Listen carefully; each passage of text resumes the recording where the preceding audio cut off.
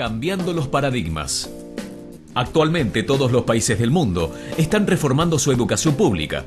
Y hay dos razones para esto. La primera es economía. La gente trata de resolver cómo educamos a los niños para que encuentren su lugar en la economía del siglo XXI. ¿Cómo hacemos eso?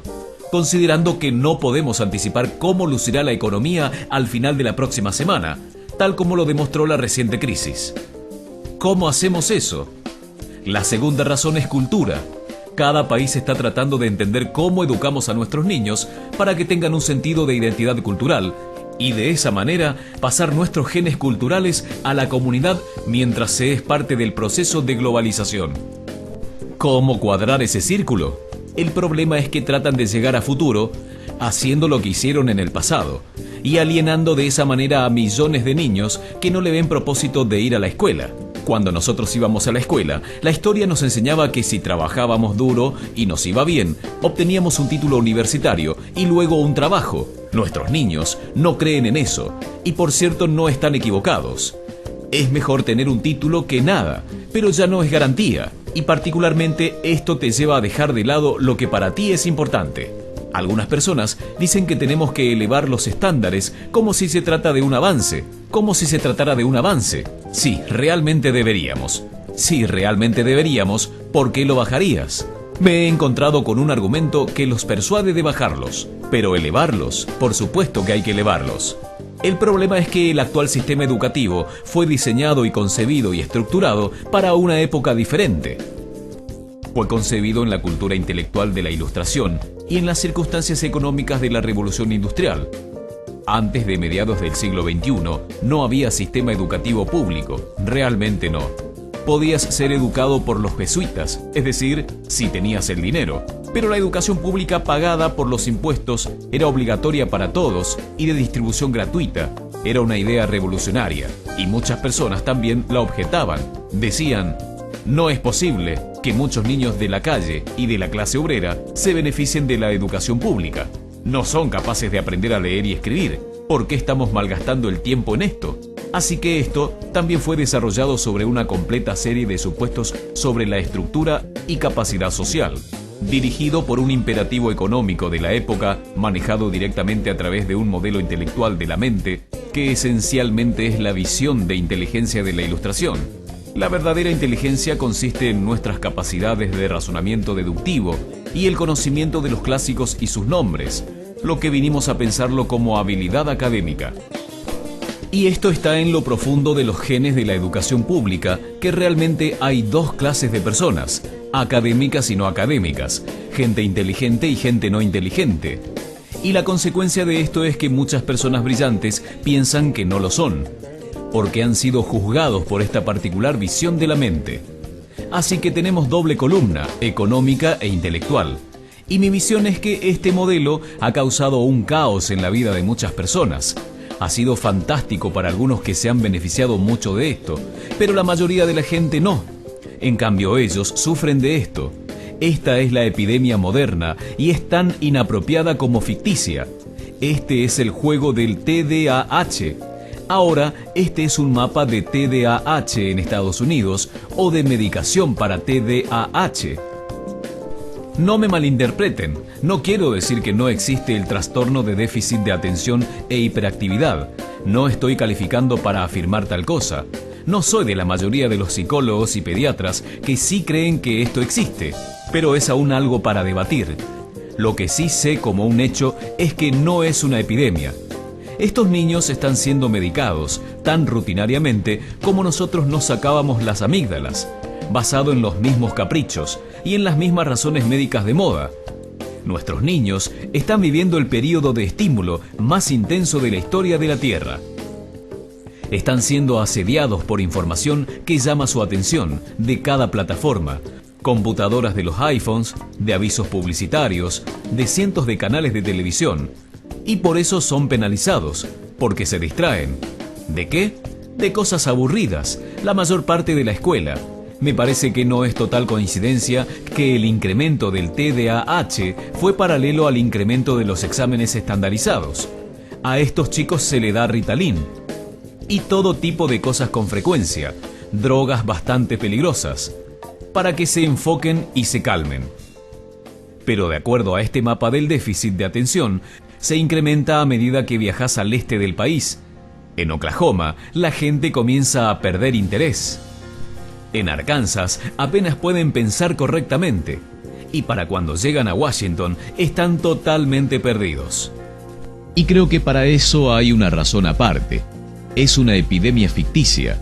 Si piensan en esto, el arte, y no creo que sea exclusivo del arte, creo que también incluye las matemáticas y las ciencias, pero no digo las artes particularmente porque son las víctimas de la mentalidad actual.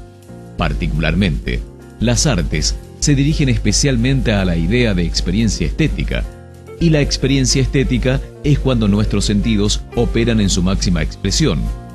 Cuando estás presente un momento en el auto, cuando estás impactado de entusiasmo por lo que estás viviendo, cuando estás totalmente vivo. Y lo anestésico es cuando cierras tus sentidos insensibilizándote a lo que está pasando. Y muchas de estas drogas son eso. Estamos haciendo transitar a nuestros niños por la educación anestesiándolos. Y creo que debemos hacer exactamente lo opuesto. No debemos encerrarlos. Debemos despertarlos a lo que está dentro de ellos. Pero el modelo que tenemos es este.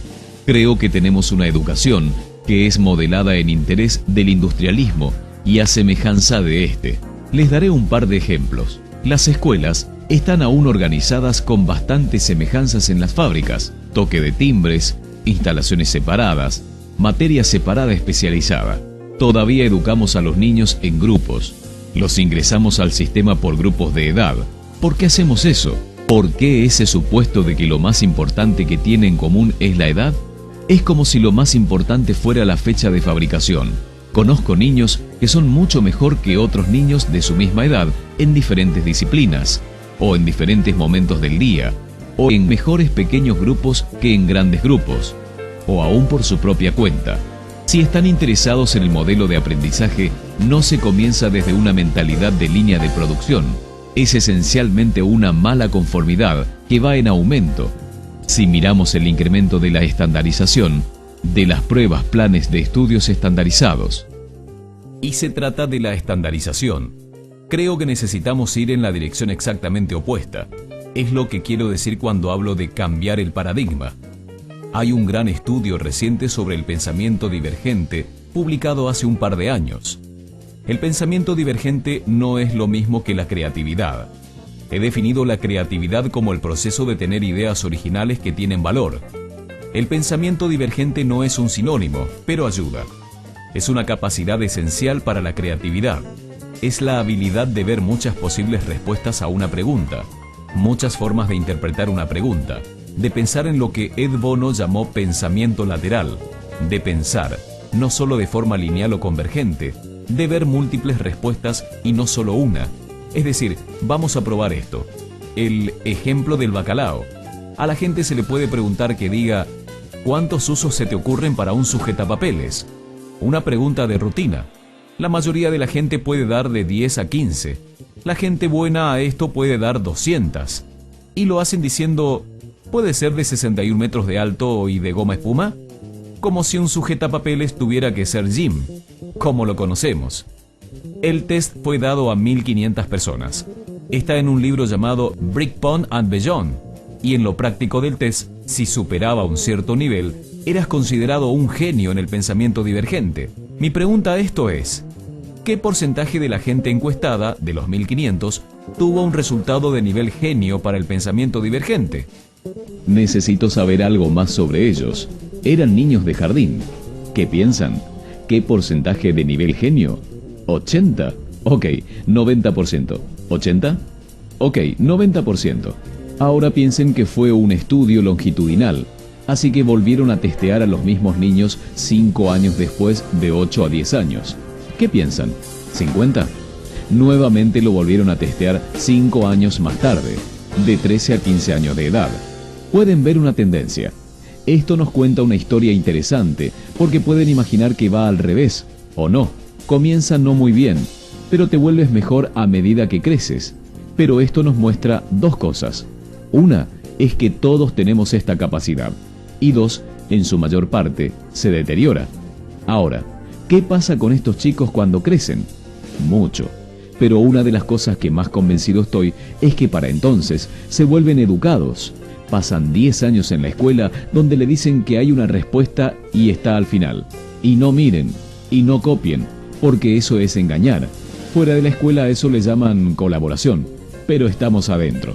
Esto no es porque los maestros lo quieran así, sino porque simplemente pasa así. Es porque está en la reserva energética de la educación. Debemos pensar diferente sobre la capacidad humana. Tenemos que superar esta vieja concepción sobre lo académico y lo no académico, abstracto, teórico, vocacional, y ver lo que es, un mito.